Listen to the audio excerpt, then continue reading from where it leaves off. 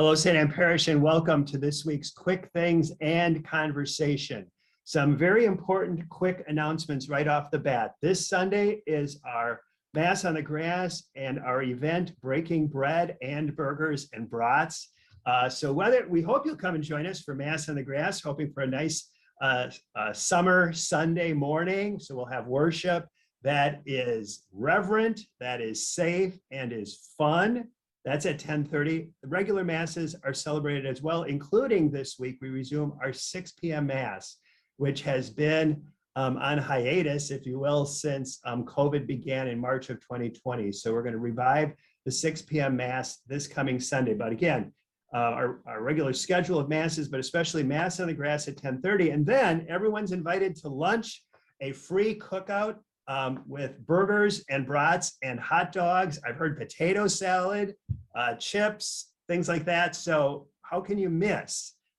Again, we'll have tables and things to eat on. If you want to bring some blankets and family spread out, that's great too. So again, burgers and brats, 11:30 to 1, Mass on the Grass at 10:30, and then the regular masses, including the 6 p.m. Mass this weekend. And then just another encouragement regarding our Forming Young Disciples program, which begins soon, and an encouragement to parishioners to assist in that program as members of the teams that guide our older students, and then catechists for the younger grades. I can just speak from experience, personal experience, that it's really can be a highlight of your week. It was for me when I've done that. I did it last year and at other times in my life. And the hour that you have with the kids goes really fast, and we offer really good guidance and assistance and good resources. So there's a link with this email. You can indicate that you want to know more. What is involved in being a team member or a catechist?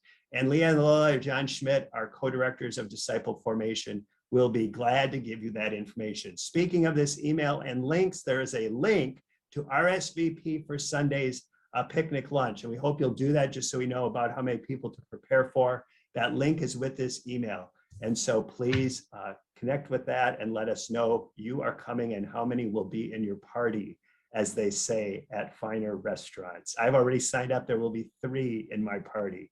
So you can come on Sunday and find out who are the other 2. Those are the announcements, the important things that we want you to know about. We have a conversation, and I am delighted to welcome back to St. Anne's, in a way, at least virtually, Nancy Hibbard, who was a member of our parish for much too short a time. Back around 2018, Nancy? How long were you here with us? Oh, I was probably there for 4 months. Just 4 months, really? Wow. And what an impact you made in 4 months. So Nancy was with us for 4 months in Wausau, and then she moved back to Portage, where she had lived before. But that has nothing to do with why Nancy is with us today. Nancy has spent a considerable amount of time living and working, but most importantly, living in Haiti and living with the people of Haiti. And so in light of recent developments there this summer, the political chaos that had already existed and then was only exacerbated by the assassination of their president, and then an earthquake, and then a hurricane. I just wanted to talk to Nancy about her experience of Haiti to help us understand that nation, its people, and its struggles a bit more. And just so that I think that our awareness of places around the world, but especially people who are so close to us, is just crucially important. So first of all, Nancy, welcome to our conversation. Tell us, let's begin. How did you become established with Haiti? How did that enter your life? Well, it was back in 1998, and a good friend of mine went to Haiti, and she was not a medical person at all. And she came back, and we were working a community meal, and one of the doctors was there, and she said, I want you to meet so-and-so, and told me all about Haiti. And afterwards we talked more, and she said, I really think you should go. Yeah. And I said, well, I'm not medical. What would I do? And she said, oh, you can just be a gopher. Well, based on that, the next time they went, it was through the Episcopal Church. I said, okay, I'm going to go. It was as simple as that. What year was that? 1998. Okay. Okay. Which is about the same time that I probably went for the first time to Haiti as well. And so you went, and what happened? Well, we were in a very rural area, no electricity, and we had some dentists and doctors with us. And I held the flashlight for a week so the doctor could pull teeth. I emptied the spit bucket, clean tools, nothing like the clean tools here. And afterwards, we played Uno with my very, very limited Creole and their pretty limited English. Well, Wow. I never had so much fun playing Uno in my life. And they probably had a lot of fun playing with you, the folks from Haiti, right? I think they laughed at me most, like, oh, she speaks so poorly. Yeah. Was this in Port-au-Prince, Nancy? No, it was in Miragwan, a very rural area about halfway between Port-au-Prince and Jeremy. It was in the mountains. Can you give people some idea of the adventure of going from Port-au-Prince to where you were located? Well, I was quite shocked at how bad the roads could be.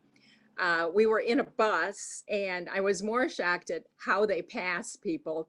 And there's two trucks coming, and I thought, oh, are we going to go to the left, to the right, or right in the middle? And one time we did go right in the middle, and I thought for sure we would never make it, but we did.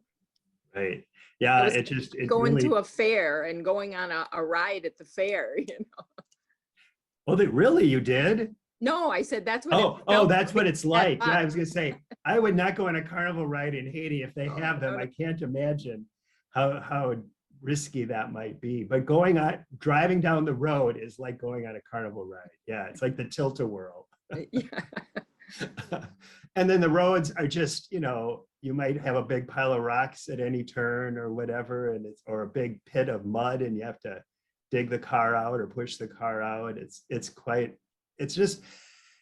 hard. It's impossible for people here to really understand, isn't it? Based on our experience. Yes. And one time we were on a bus, and I don't think there was ever a bridge there. They said there was, but we went down, and I thought for sure we were going to float away. And then they told me how many accidents were in that area from cars overturning and going down the river.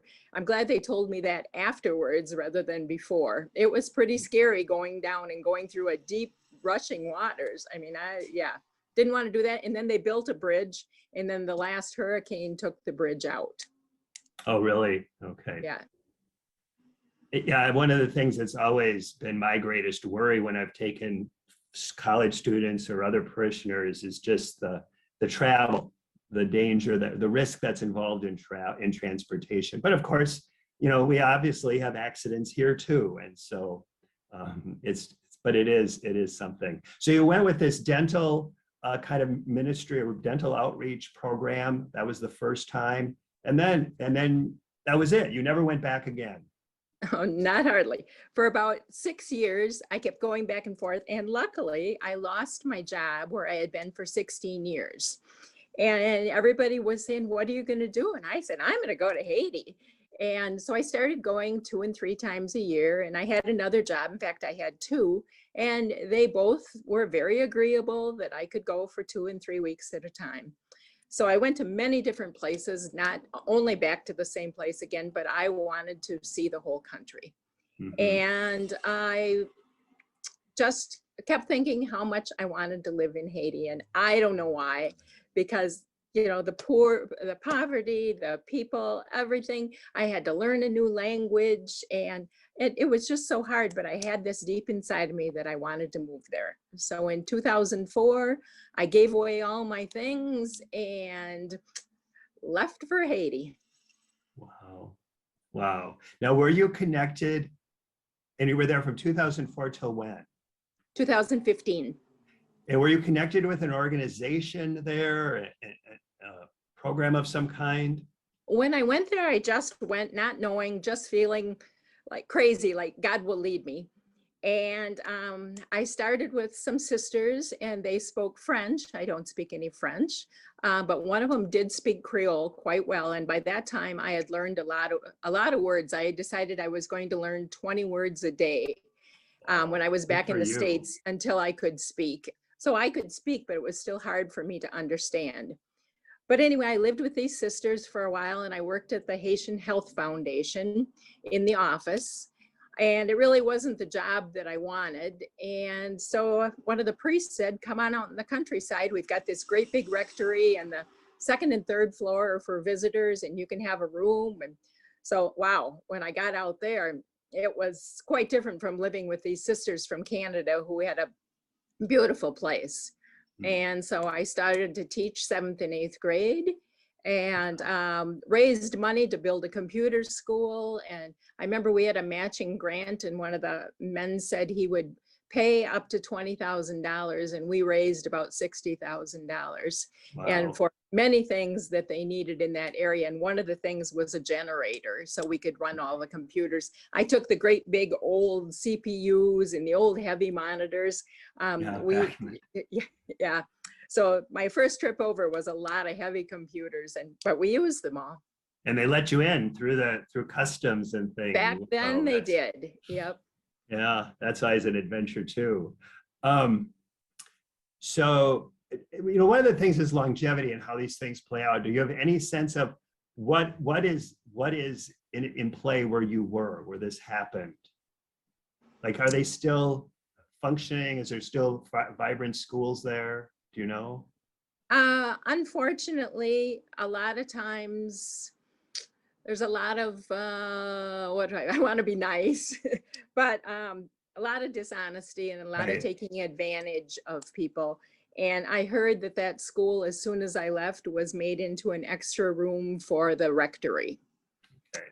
Yeah, we don't want to go there talking about that, but that's I know, reality. and and corruption and things are part of life. Again, we can look at our newspapers every day, and there's story of some kind of corporate or government corruption too. So, but it is certainly a struggle in terms of our response to what happens in Haiti.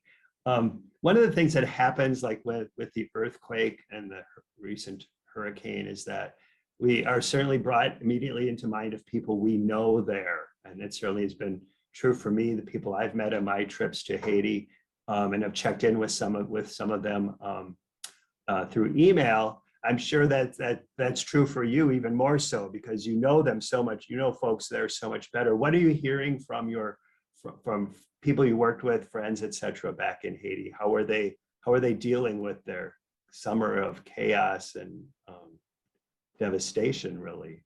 I think they just take it. They're so resilient, and they've had to do this so many times. And it's life is just struggles. And every day there's one problem. There's a book called Mountains Beyond Mountains, and that's their life. It's climbing one mountain, and you get to the bottom, and there's another one to climb. I'm in contact though almost every day with somebody from Haiti. And so I like that because it keeps my Creole going. And forgot most of my Spanish, but it's very beneficial for me. But they're doing well. One of my best friends there lost a cousin and a nephew. The house fell on them. But pretty much everybody else is doing okay and helping people. They're very good at helping. Maybe they don't have much, but they help the neighbors. And so there's a lot of that going on. The biggest problem in Jeremy was that, lots of problems, but one was the rock slides and the landslides, and they couldn't get anything through to that part of the country. In addition to that, there's so many gangs that are ruling Port-au-Prince now, and they used to have cities they were in control of. Now they're even in control of the villages. They weren't letting any of the aid get through. Right. So one of the groups, the gangs, G9 is the name of it, and they decided to let some people through. So they let 3 trucks go through. Well, they then took everything that was on the truck. So they were letting them through until they got through a little further. So sending aid is very, very difficult. And then getting it. So I hear now that they've got helicopters who are dropping aid to different areas because they can't get through those areas of the mountains, both because of the roads, but also because of the gangs. Yeah. I read in the New York Times, one of the early stories after the earthquake was that Catholic Relief Services was kind of one of the first responders just in one area of Haiti, or one area hit by the earthquake. But I wonder if they're even able to do very much. I mean, in terms of aid, if, these gangs are in such control of things. Yes, I haven't heard, except for, I talked to a friend last night about this, and he said, you can't even believe what you read in the paper, or because the government is behind so many of these gangs. So the things that are printed in the paper, maybe what the government wants, a lot of propaganda really, and what Yeah. they want you to hear. So he says you can't believe that anything is getting through because of the gangs. So what do people in Wausau, Wisconsin or Portage, what do we do in this situation? What kind of help can we offer? Any Well, idea? of course, prayer is always important, but that seems like it's, it never seems like it's enough to me. Like we Yeah. have to, my church here in Portage, I will speak there on September 11th and 12th. And we've been partnering for quite a long time with Haiti.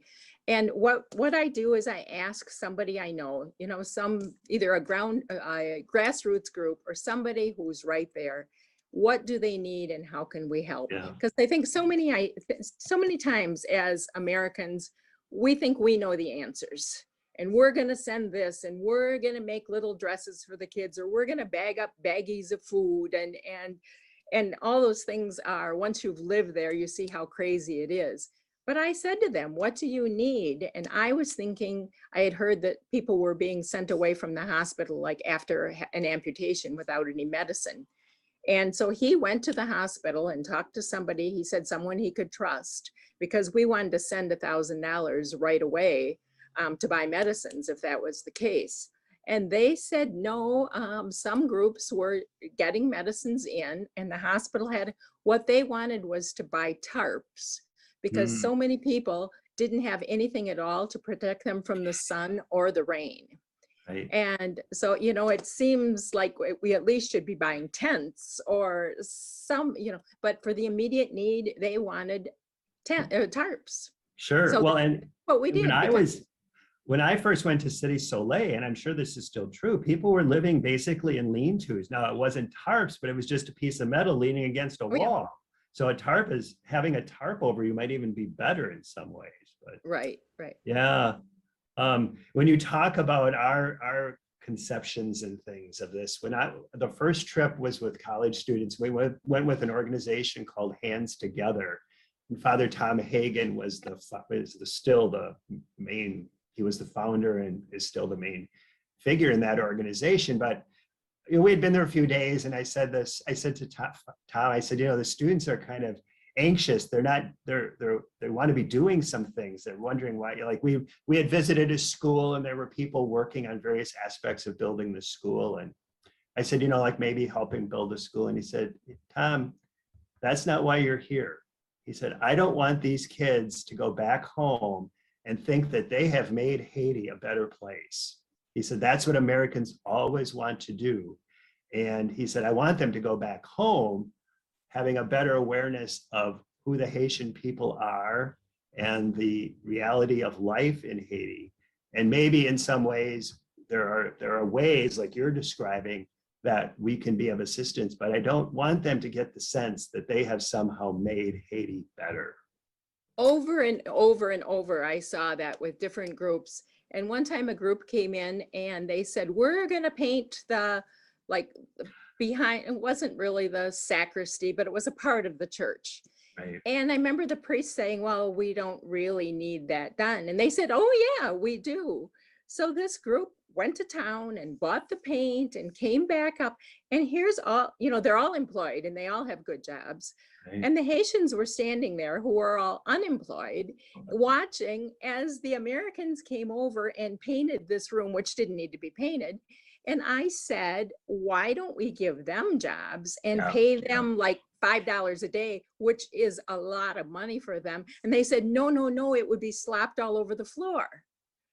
Well, so they painted a room for 2 or 3 days that we could have been helping somebody to maybe someday get a job because he learned how to paint.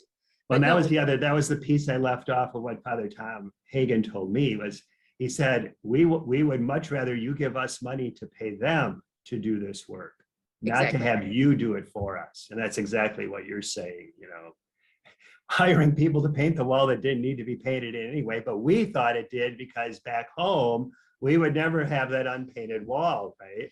Right, right. Yeah.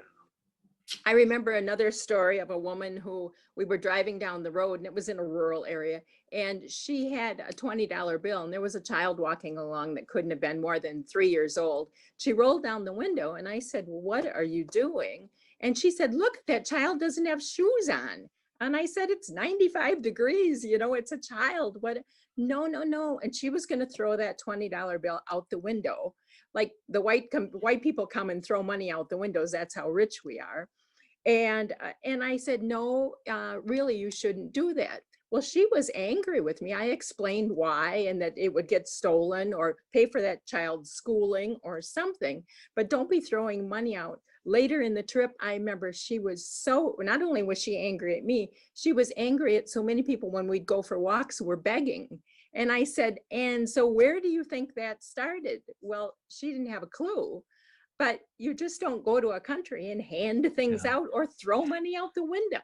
Right. And obviously all this is well intentioned, and it's not that a response isn't warranted. It's just that we need to be very careful in addressing these things and how we do it, right?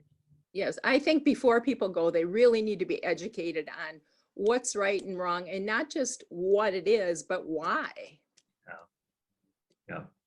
What do you think, speaking of why, what do you think are some of the misconceptions or greatest misconceptions, misunderstandings that people have about Haiti? And let's just remember where Haiti is located. It is so close to the United States, an hour and a half flight from Miami to Port-au-Prince. I mean, these are, and we also share some history with them.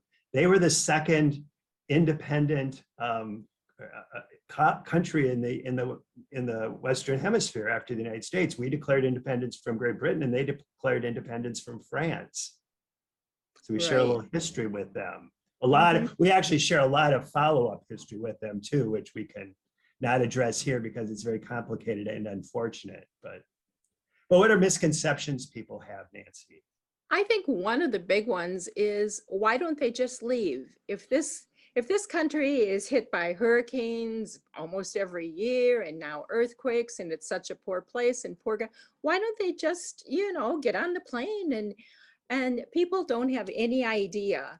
First of all, it would take them 10 years salary to buy a ticket, but they need a visa, and we won't give them a visa. Very few countries, after the first earthquake that killed 300,000 people back in 2010, there was only one country, and that was in Africa, that offered the Haitians, "You can come here and live and we'll give you a piece of land."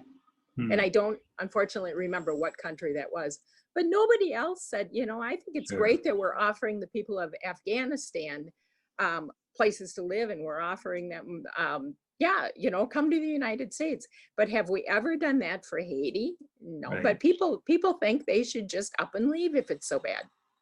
And there are people from Haiti who do come to settle in the United States, but those are people who have resources, like you're saying, or have some connection. They know someone and they are able to arrange all of that. The other part of it is, I've often thought the only way we can really rescue, and I don't want to say we, but to change is it just seems like you'd almost have to start from scratch. It just seems so overwhelming, huh? And their ideas are, it's very hard. They live on an island. So, now a lot of people do have the internet, but we share so much, if Canada has something or the science or whatever, we learn it from our neighbors.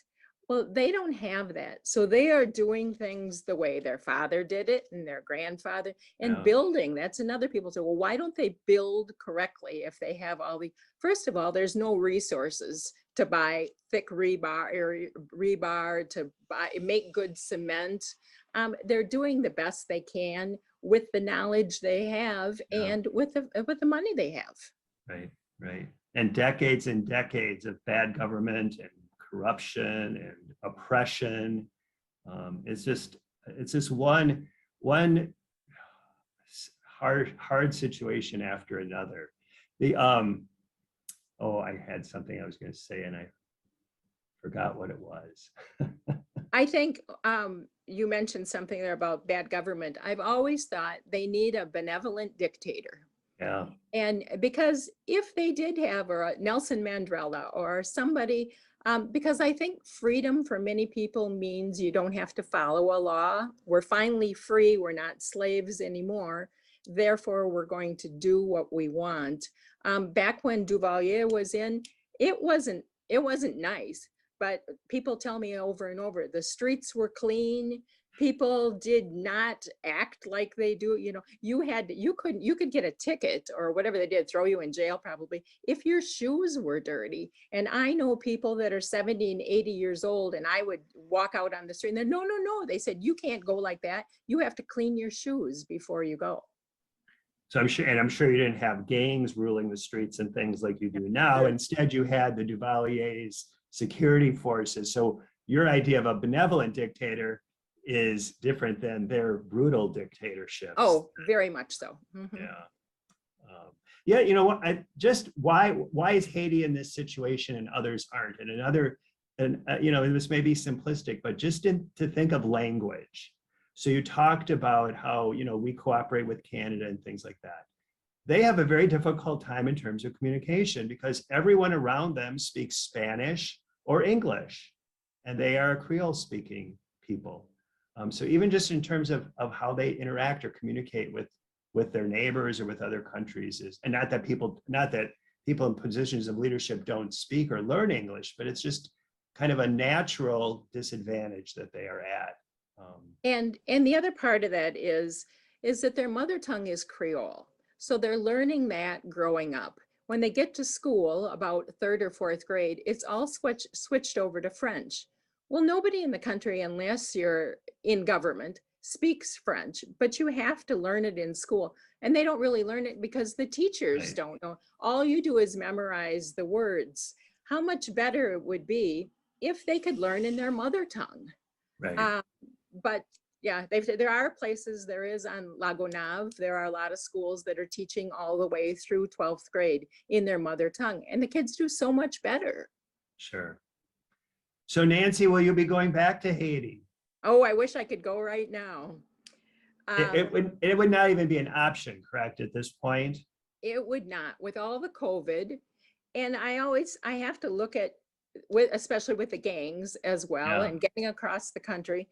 But I don't want to jeopardize somebody's life or their children's lives because a white person is staying with them. And I'm afraid it might not happen when I'm there. I'm afraid that after I would leave, someone would, they'd kidnap one of the groups, their children, because they think I left them money. Ah, So, wow. and then COVID and just all when you go there, it's very hard because we're such spoiled Americans. And Right. I do try to eat all of the food that they serve me. I've been with groups where they wanted sugar-coated cereal, and they said, one of the men said, how can they eat this crap? And it was rice and Oh, beans and wow. good food. And he was just so rude because a lot of the people do understand. But I try not to be that way. But there's little things, they have to get special water. A lot of them can Right. drink spring water. They'd have to buy water for us. I don't want to make life harder for Yeah, anybody. And there's so much to think about. But as soon as I can, as soon as it's safe, I will go back, and I can retire in a couple months in January. So once I can retire, I might have to have 6 months more in Haiti. okay. Or not the rest of your life. You're not going to retire to Haiti. Oh, I don't know. I don't think so. I don't think the healthcare, I'm getting old and I need healthcare. Yeah, And I don't think the Haitian healthcare will be what you would probably that's right. desire anyway. Well, clearly, Nancy, you long to be there, and you have a great love and appreciation for the Haitian people, which, having visited a few times, is understandable. When you go to a place such as that, you really, almost wherever you go, you do gain a profound appreciation of the situation to some degree, again, as much as you can in a short amount of time. But what you come to appreciate are the people you meet, hope some connections that remain. So hope your presentations go well in Portage. And maybe when you retire and go to Haiti for your extended visit, we can talk to you again from there. Or maybe you can come, bring a group. Why not? That would be wonderful. Let's pray that circumstances calm down and are such that would even be possible. I would love for that to happen. Yeah. Speaking, you did indicate that what maybe the most important thing we can do at this time is to pray. And so I'd like to conclude our conversation. Is there anything else you want to add though, Nancy, before I do that? I would encourage everybody, especially the younger people, to get out of this country at least for a week or two, and don't go with the idea that you know everything. Go with an open mind and an open heart. And it's really life-changing. I would have never thought this was going to happen to me, that I would be in a country like this. And it has changed my whole life. So encourage everybody to do it. At least once. I would too. And if you're in college or you know someone who is in college, tell them to find the Catholic Campus Ministry program. And if they're not doing a foreign kind of service or immersion trip, they should. Right. Guatemala, there's a lot of good places to go, but Guatemala would be high on my list right now. So with that, let us conclude with prayer. Thank you. Eternal God, send forth your Spirit to encourage and strengthen the people of Haiti in these difficult times. We pray especially for those impacted by the recent earthquake and hurricanes. Encourage and strengthen those who help and support them. In your mercy, receive the souls of those who have died, comfort their families and loved ones. Surround with your presence the sick and suffering. Aid the work of those who still search and rescue. Empower the medical and aid workers and all who labor to heal. Likewise, inspire and empower the resolve of nations and peoples throughout our world to be your instruments of help and healing. Stir up the might of your love and compassion among the nations to rally resources and stay the course until the humanitarian job is accomplished. Lastly, enfold and uphold the people of Haiti, from the youngest newly born to the oldest, in the arms of your love. Enfold and uphold and strengthen them with your might. This we pray in the name of Jesus Christ, your Son, who is Lord forever and ever. Amen. Nancy, thank you very much. Peace be with you. Thank you. I hope to come to Wausau and see you again. That would be great. Goodbye. Bye-bye.